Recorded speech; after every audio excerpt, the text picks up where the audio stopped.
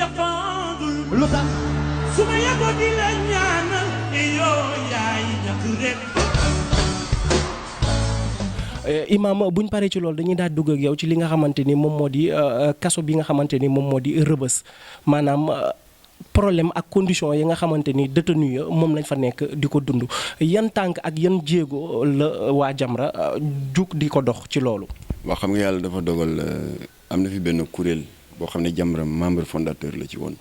tur yi laa fàtte benn réseau d'assistance aux détenus RASEC je ne sais pas parce que dafa xaw a yàgg en 2002 la ko membre fondateur yi ñëw seet si ma boobu Latif était victime d'un complot d'une conspiration des comploteurs du palais yi doon yàq digganteem ak président Abdoulaye Wade ñooñu tamit amoon seeni ay mbokk yu nekk ci rëbës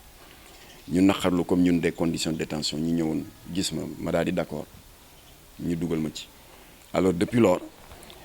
ñu ngi bàyyi xel suñu mbokk yi caabi féete ginnaaw jaaduwul te li xew démb wane na ko benn fiilu courant bu maas daal di fet ratatataf rek mu créé benn mouvement de panique à la chambre 11 ku ne tëb defe ne incendie la ñi defe ne maasu courant la ñi defe ne ku ne ak la nga xalaate ñu tëb riir di ut fu ñu jaar pour rëcc sécurité rëbës jóg waaye mouvement de foule bi dafa bari doole ba dañu dal seen kaw néew ji doole yi ñu piétiner leen résultat y a eu 2 morts. Il y a un peu d'amélioration parce que ba ma fa gëjee ak léegi gis naa ne parloir bi humaniser nañ ko ndax bu njëkk ba da ngay ñëw di seet benn prisonnier coow laa ngi ne kur doo xam kii ngay seet si lu muy wax moom itam du la dégg ndax ku ne yaa ngi wax benn genre comptoir la woon nii rek ku ne di yuuxu léegi dañ ko moderniser ay téléphone la que day nekk ci benn cabine bu am verre bu dox seen diggante yow nga ne ci benn cabine nga yor téléphone muy wax ngay dégg calmement donc am na amélioration waaye fa amélioration ëppee urgence mooy dëkkuwaay yi ci biir parce que da ngay dugg benn cellule 80 personnes cellule bu yem boo xam ne ça fait même pas 10 mètres carrés am na yu am 200 personnes am na ñoo xam ne dañuy taxaw ba fajar bu ñu yeewoo da ngay seen tànk yi néew yi c'est inhumain alors moo tax nag ñun ci suñu wàll ñu ngi ñaan état bi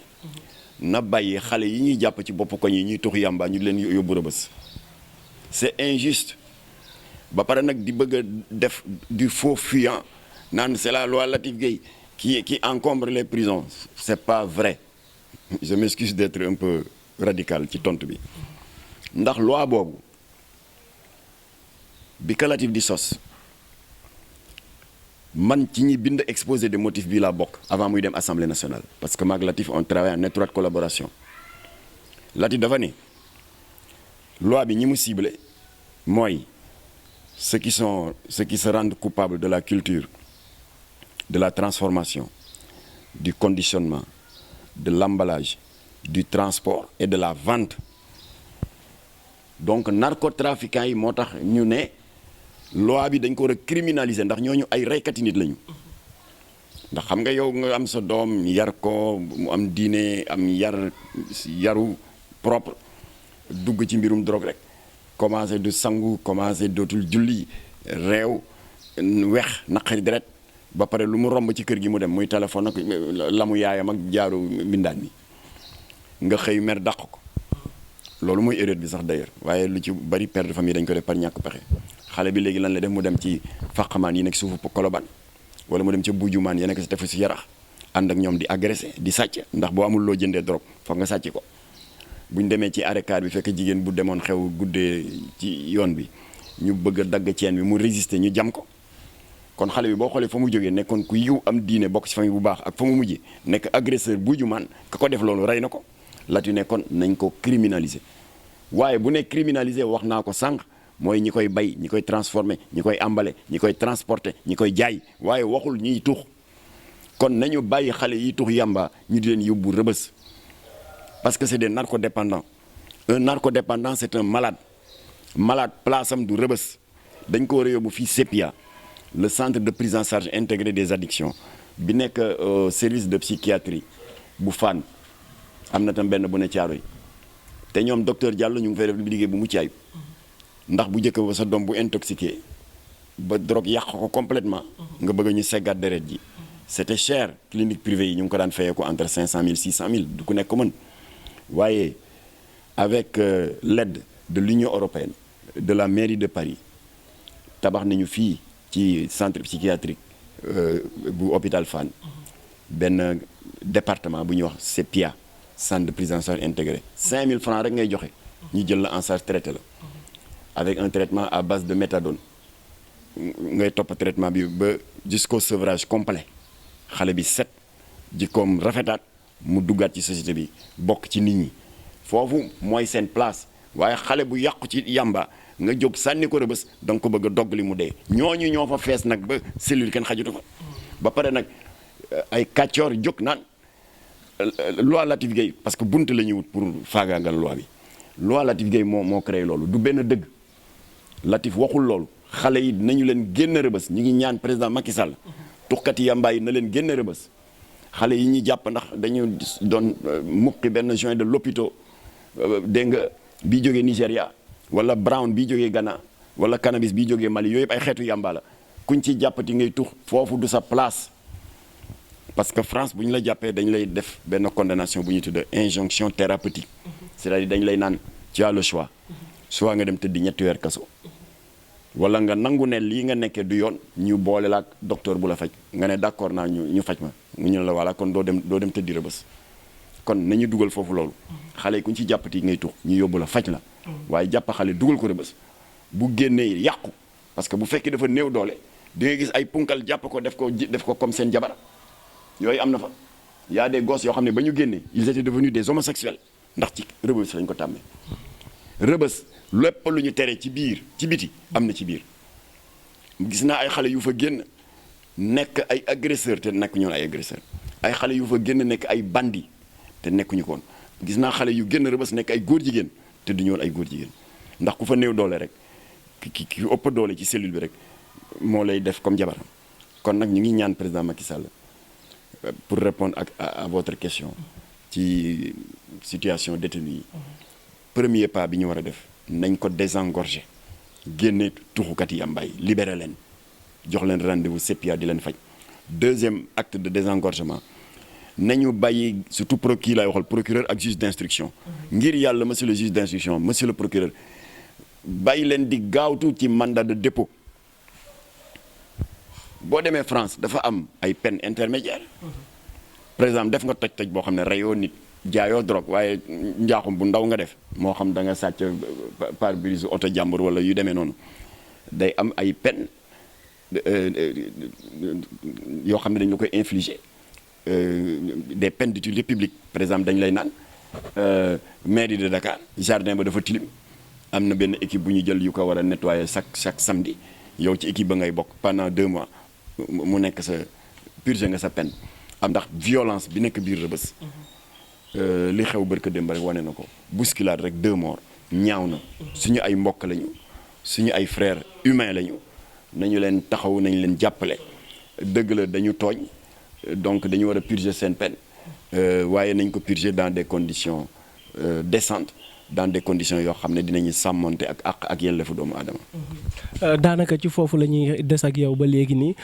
muy accusation boobu nga xamante ni yëkkati nañ ko teg ko ci kaw policier boobu nga xamante ni moom moo di El Capo ni moom moo rey Mafatim Mbaye autant pour moi benn boulanger boo xamante ni moo nga dëkk fële na la ca Thiès lan moo ci sa xalaat loolu.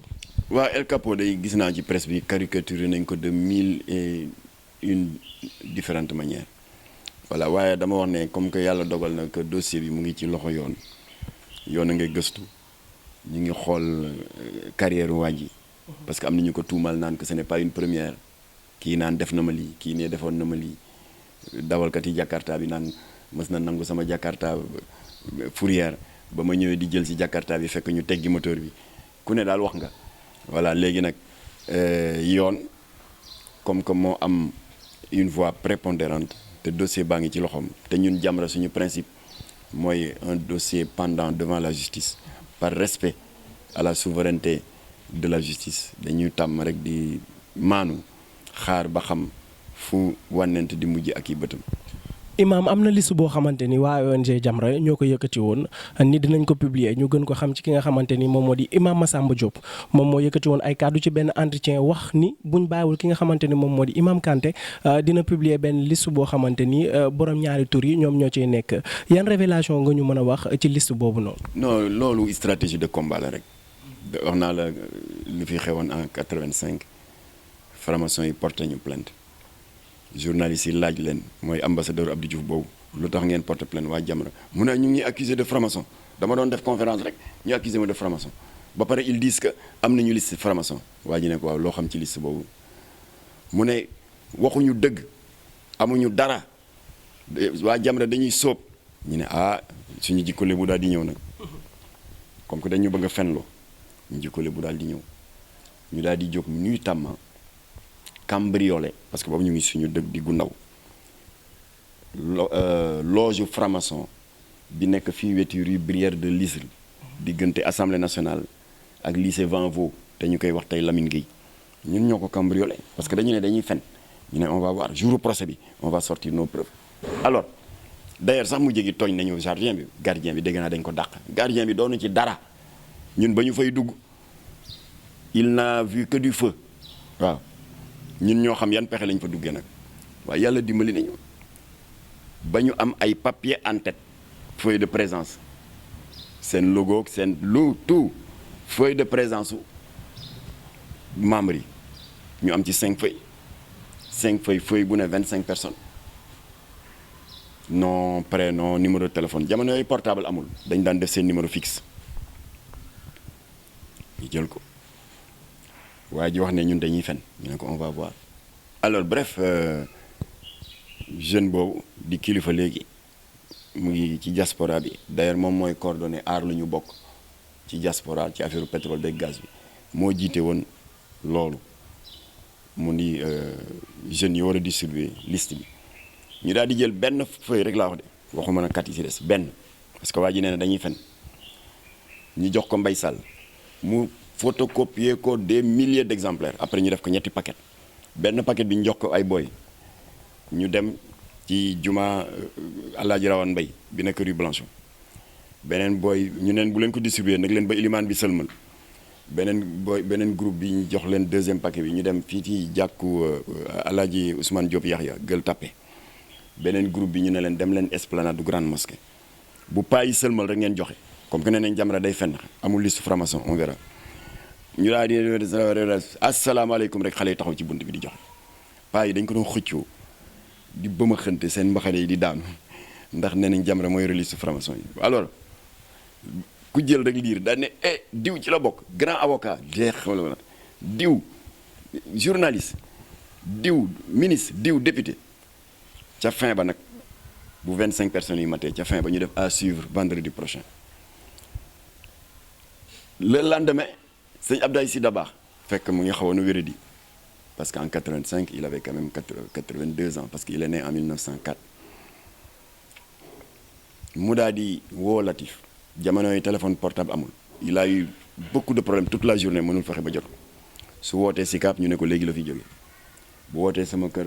maam ba nekk Rue Thiers ñu ne ko tey egg gu fi sëñ Abdou mujjee ndax urgence affaire bi yónni chauffeur am mu taal otoom jaxsaaw ñëw ba Dakar jël si Latif ne ko sëñ Abdoulaye Sy Dabakh daf la soxla d'urgence ndax am na ay franc-maçon yu ko seet si Latif dem la discussion a été longue waaye dama koy gàttal sëñ bi ne ko xeex bi ngeen sumb man terewuma leen ko la preuve ba ngeen def seen conférence fii ci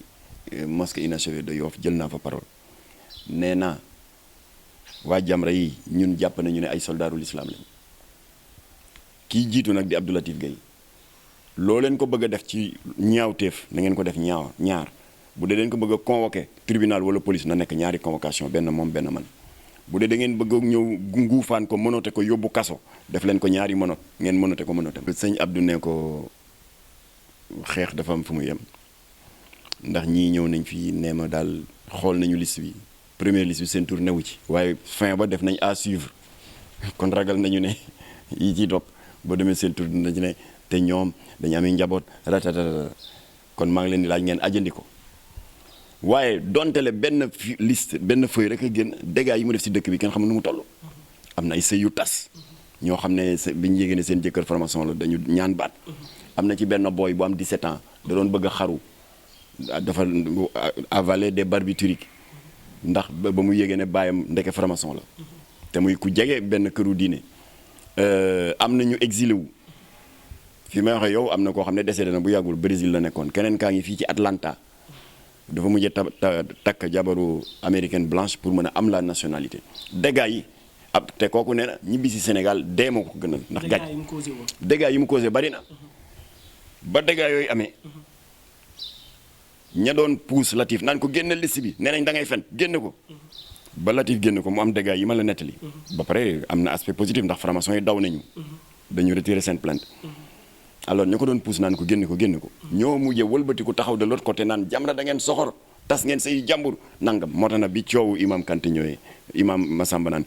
ku bëgg a toroxal imam Kanté on va sortir non pas la liste des francs-maçons mais la liste des homosexuels maa ko woo ne ko bul génn tous ils vont te trahir comme ils ont trahi Latif. kon liste boobu noonu dëgg la liste bi am na. ah dégg li ma la ma ne ko bul ko génnee